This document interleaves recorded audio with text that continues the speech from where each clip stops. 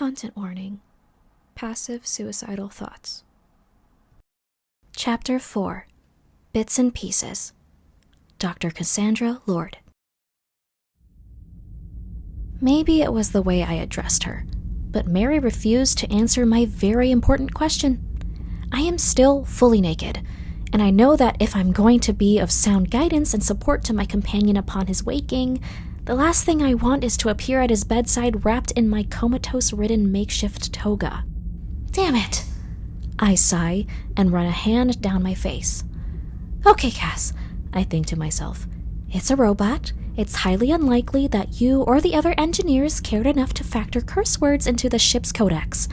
They didn't even have time to have it pronounce your last name correctly. The storage unit should be somewhere in this dormitory, so if you ask Mary nicely, maybe she'll open it up for you. Is what the mature part of my brain wanted to say. Mary, I say aloud once more, will you please open aperture to the fucking supply room? Unsealing supply room. Oh, so there was time to add curse words. Well then what the actual fuck? Before I could dwell too much on that, the wall across the beds opens up, and I raise my brows, somehow still surprised that I know enough about this ship to rattle off this particular vernacular as seamlessly as I did. I suppose that makes sense. After all, patients who experience retrograde amnesia are able to recall information or skills, but it usually takes some time to recover memories of how they learned such skills. Holy shit, did I minor in Psych 2 or something? I pad over to the aperture and find several compartments, soft-sided white cubes wrapped in Velcro, with names embroidered into the corners. I grab the first compartment nearest to the top, one with just the Hail Mary crest on it, and pull it open. I breathe a sigh of relief when I find at least a dozen orange uniforms packed into the cube. I pluck out a few of them and take note of the comfortable material. My throat tightens, however, when I run my thumb across the name embroidered across the first one's breast. It's in Chinese letters, and I know immediately what it says. Yao Li Jai. Oh, Li Jai. He looked great in orange. I mumbled to no one but myself, somehow pulling from that endless vat of knowledge that my body has no recollection of gathering.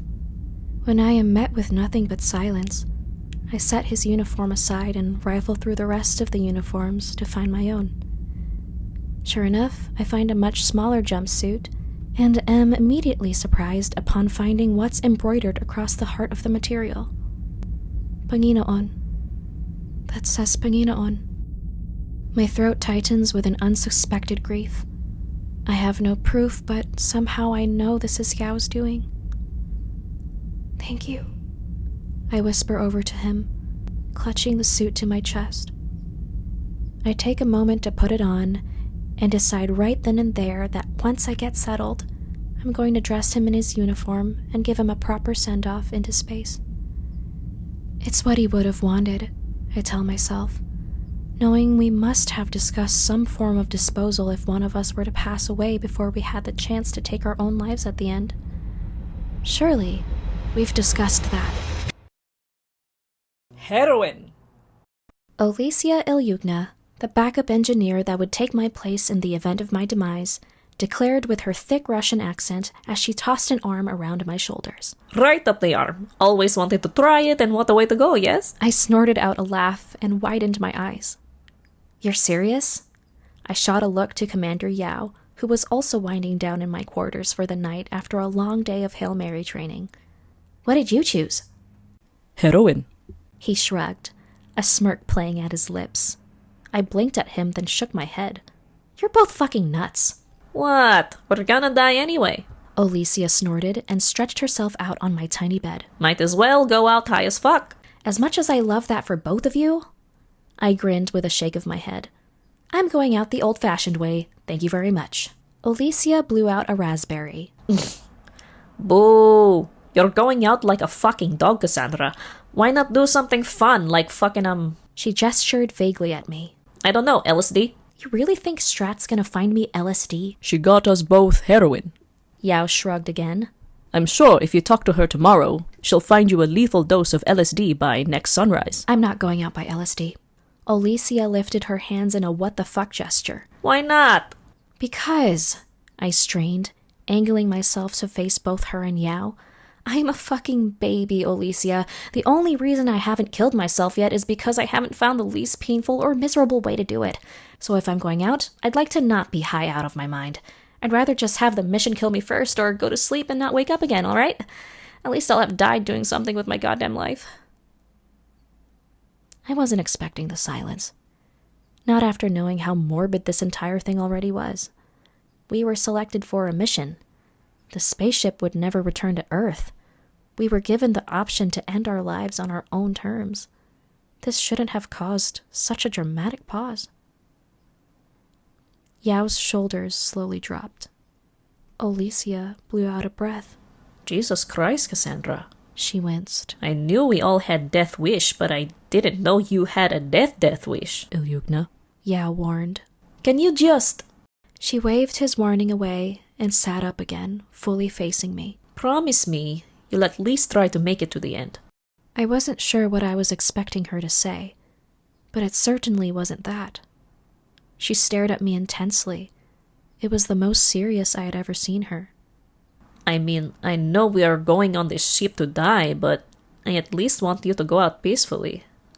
Like you want. I sighed heavily and swallowed. And if I die during the mission? I all but choked out, completely aware of the possibility that at any point during emergency repairs or even in transit, I could simply pass away. She opened her mouth to say something, but nothing seemed to come out. It was understandable. She wasn't the one going on the mission with me. She was just my replacement. I will clothe you in your uniform, with your flag and your last name. Yao grimly spoke up, and I turned to him with a tightened chest. My eyes met his dejected stare, and I swallowed past the sudden lump in my throat. Then I will commend your body to the stars, thank you for your service, and ask your brother to guide you home.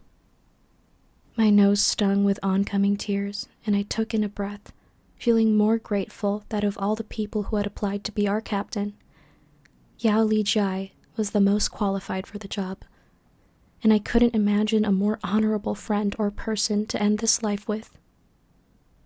And you, I promised him.